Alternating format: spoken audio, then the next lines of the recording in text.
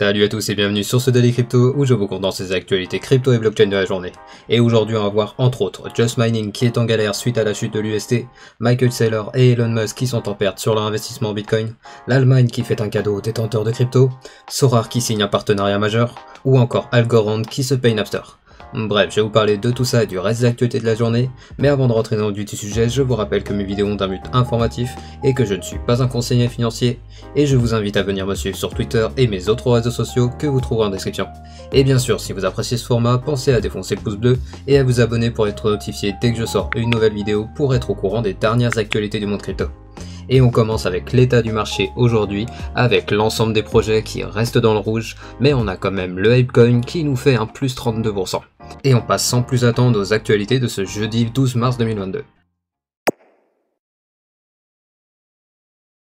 On débute les actualités du jeudi avec une des nombreuses conséquences qu'entraîne la chute de Terra et de son UST. En effet, aujourd'hui on a Just Mining qui a annoncé sur Twitter que la défaillance de l'UST avait eu de graves conséquences sur son produit de lending qui était exposé à l'UST et d'autres stablecoins. Et étant donné que l'exposition était de 30%, l'ensemble des fonds investis sur ce produit ont été touchés. Et à ce jour, l'entreprise propose de soit conserver l'investissement, soit de retirer les fonds avec une perte de 12%. Et suite à ces déclarations, plusieurs clients ont fait part de leur colère car ils avaient déposé des USDT ou des USDC et que par conséquent, ils estiment qu'ils ne devraient pas avoir à être touchés par la perte de valeur de l'UST.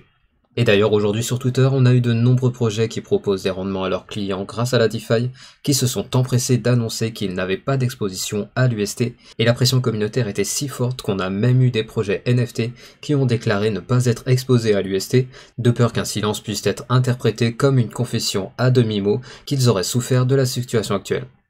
Bref, comme je vous le dis depuis 2 jours maintenant, l'affaire Terra a profondément marqué le secteur crypto, et on n'a malheureusement pas fini d'en entendre parler. Et pendant ce temps, on a eu Bitcoin qui aujourd'hui a chuté à des prix que l'on n'avait pas vu depuis décembre 2020, car il est allé visiter la zone des 26 000 $ avant de repartir à la hausse pour aller retoucher les 30 000 $.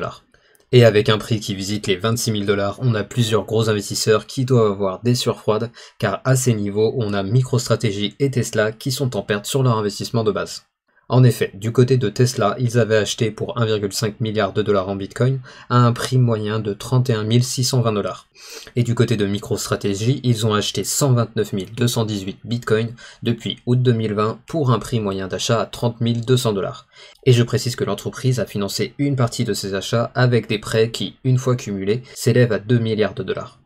Et donc si le Bitcoin continue vers une baisse qui se prolonge, ils pourraient bien recevoir des pressions qui les inviteront à revendre une partie de leurs investissements pour assurer les investisseurs. Mais je vous rappelle qu'hier on a eu Michael Saylor qui avait annoncé que MicroStrategy ne comptait pas revendre ses Bitcoins et qu'il faudrait que le prix descende à 3 000 $ pour qu'ils commencent à revendre une partie de leurs Bitcoins.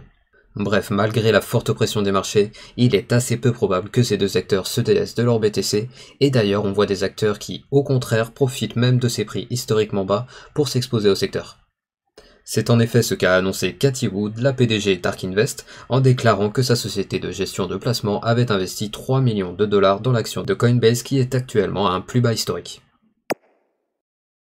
Et en parlant des grosses sociétés qui continuent d'œuvrer pour l'écosystème crypto, on a récemment appris que Grayscale a fait une présentation privée à la SEC la semaine dernière pour leur démontrer qu'un ETF Bitcoin Spot n'était pas plus dangereux qu'un ETF Bitcoin sur les futurs. Et je vous rappelle que Grayscale, qui possède actuellement 640 000 BTC pour 850 000 comptes d'Américains, avait déclaré au début du mois d'avril que si son ETF Spot était refusé d'ici le 6 juillet, ils attaqueraient la SEC en justice étant donné que l'institution n'a pas de raison juridique valable pour refuser ce produit. Et donc la semaine dernière, ils ont été invités à venir expliquer plus en détail pourquoi ce type de produit ne serait pas dangereux, et pour le moment, bien sûr, on n'a pas beaucoup plus d'informations, mais s'ils sont parvenus à convaincre la SEC, l'approbation de leur ETF sera le point de départ d'un investissement massif des institutionnels qui sont dans les starting blocks et qui n'attendent que la régulation pour se lancer. Et ne dit-on pas que les crises contiennent des opportunités ? Eh bien c'est ce que semble penser le projet PancakeSwap, car ils ont voté à 98,8% pour une réduction de la supply qui sera émise au total, à savoir qu'à l'heure actuelle, l'offre en circulation est de 295 millions de cakes, et le nouveau plafond sera désormais de 750 millions, ce qui fait que la supply devrait être totalement émise d'ici 3-4 ans. Mais ce n'est pas tout, car ils vont également augmenter les rendements pour le farming, et ils vont également travailler à augmenter l'utilité du token cake. Bref, le projet va réduire la supply pour augmenter la rareté du token, et ils augmentent également les rendements pour tenter d'attirer un maximum d'utilisateurs qui sont actuellement très frileux sur la DeFi. Partons maintenant en Allemagne où le ministère fédéral des Finances a publié un document qui vise à encadrer les gains en crypto. Et le moins qu'on puisse dire, c'est que le pays confirme encore une fois son intérêt pour les crypto-monnaies, car désormais les particuliers seront exonérés d'impôts sur les gains qui proviennent de cryptos qui sont détenus depuis plus d'1 an. Et cela englobe les prises de profit et également les revenus de stacking ainsi que le lending. A savoir qu'auparavant cette règle existait déjà dans le pays, mais il fallait détenir ces cryptos pendant 10 ans pour être exonéré d'impôts, et étant donné que l'écrasante majorité des utilisateurs de cryptos sont arrivés il y a moins de 10 ans, il ne devait pas y avoir grand monde à profiter de cette exonération. Donc ici on voit que l'Allemagne continue de montrer des signes d'ouverture au secteur crypto, car je vous rappelle que le mois dernier on a eu la Commerzbank, la deuxième plus grosse banque du pays, à effectuer une demande de licence pour proposer des services crypto, et je vous rappelle également que l'Allemagne est en deuxième position au niveau mondial en termes de nœuds Bitcoin détenus, avec 9% du total des nœuds du réseau Bitcoin. Bref, des exemples comme ça, il y en a beaucoup, et donc vous l'avez compris, l'Allemagne est en train de mettre en place des conditions favorables à l'adoption des crypto-monnaies pour attirer un maximum d'acteurs européens sur leur sol, afin que leur économie profite de la croissance à venir sur ce secteur. Parlons maintenant de Sorare qui va prochainement étendre son univers au baseball. En effet, ils annoncent aujourd'hui un partenariat avec la Major League Baseball, qui est, je vous le rappelle, la principale ligue de baseball aux USA. Et donc d'après les annonces de la société, à partir de cet été, ils vont proposer d'acheter des cartes de joueurs emblématiques de la ligue pour composer la meilleure équipe possible afin d'affronter d'autres équipes, et celui qui marquera le plus de points possible gagnera des récompenses de la même manière que sur leur jeu actuel. Et pour rappel, il y a quelques jours on a eu une carte unique de Kylian Mbappé qui a été vendue pour 416 000 €. Bref, on voit ici que Sorare commence à s'étendre à d'autres sports que le football, et vu la levée de fonds de 680 millions de dollars qu'ils ont faite en septembre, il y a de fortes chances que le projet continue sa croissance, et bien sûr, comptez sur moi pour vous tenir au courant de la révolution dans les délais crypto. Et en parlant de projets crypto qui continuent leur progression, on a aujourd'hui Algorand qui s'associe au fonds d'investissement Hivemind pour racheter Napster.